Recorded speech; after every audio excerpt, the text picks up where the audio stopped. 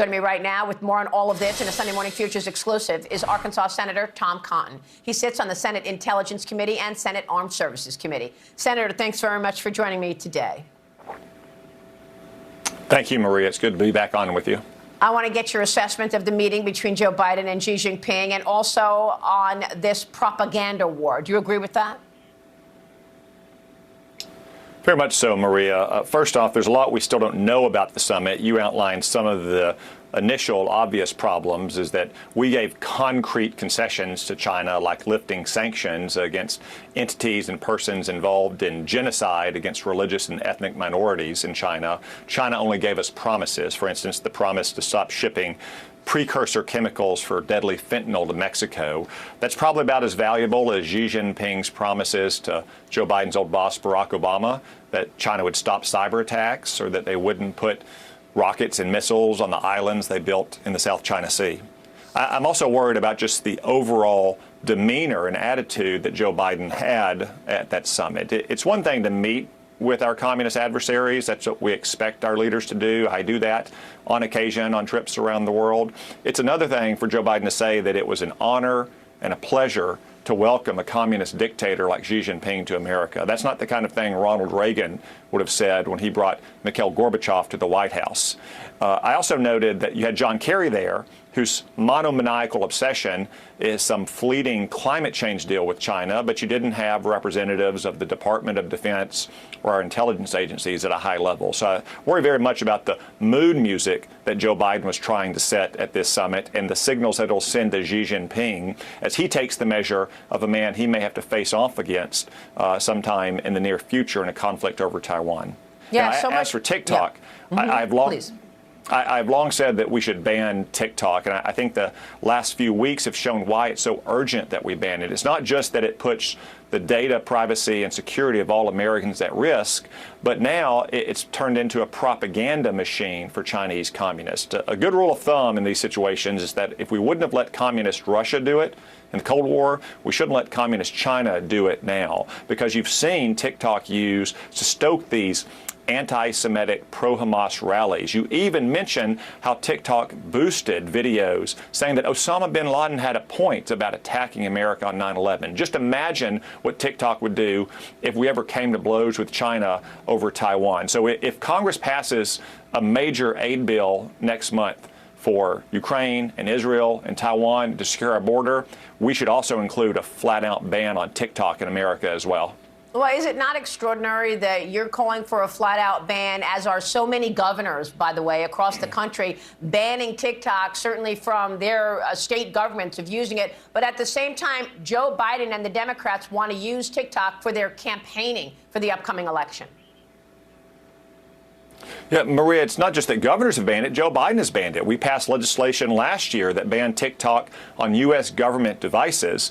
Yet Joe Biden's campaign is now thinking, apparently, about going on to TikTok. So just think about that. You have all of these senior aides at the White House who carry two phones, one government phone on which they can't download TikTok, and one personal campaign phone in which they'll be obsessively checking TikTok to look at Joe Biden's campaign account. This has probably resulted in part from Joe Biden's polling collapse, especially among young voters or other core Democratic constituencies. The campaign is desperate to do anything, even use a Chinese propaganda app to try to offset Joe Biden's decline in the polls. Joe Biden's campaign shouldn't do it, and President Biden should sign a total ban of TikTok into law next month.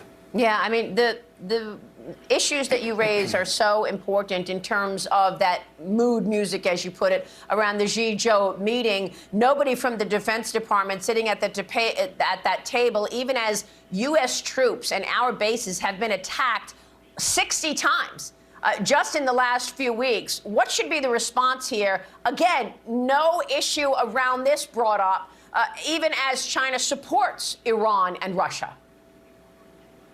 Yeah, Maria, it's a good point that what you've seen with TikTok over the last few days makes it clear that TikTok is not just going to be used to promote communist China, but to undermine the United States and our friends at every turn.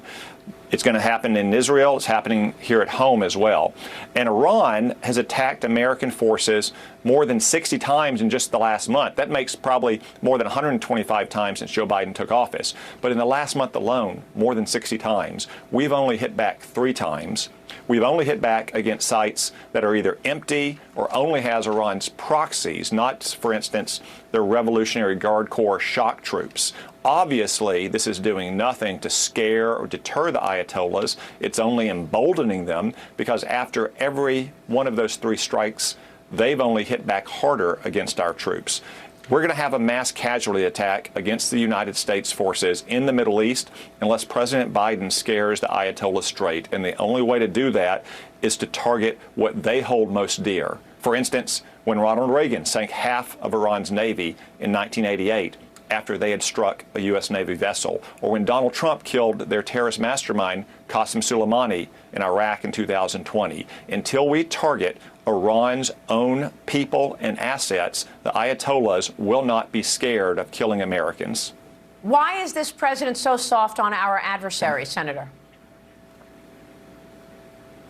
Well, I think Joe Biden's been wrong about nearly every major foreign policy and national security decision going back now 50 years when Barack Obama's own Secretary of Defense, Bob Gates, said that about him. It was 10 years ago, so you can add another 10 years. He's consistently appeased and conciliated our adversaries. He's granted them one-sided concessions just because of his bad judgment and his ideological aversion to American strength and confidence. I also think you have to question whether or not Joe Biden is concerned about his ties to a country like communist China. It's an undisputed fact that the Biden family has earned millions, maybe tens of millions of dollars from communist China-linked enterprises and also from other countries all around the world. So in addition to Joe Biden's ideological weakness, I think we also have legitimate questions that need to be answered about whether Joe Biden is compromised by his family's dealings with some of these American adversaries.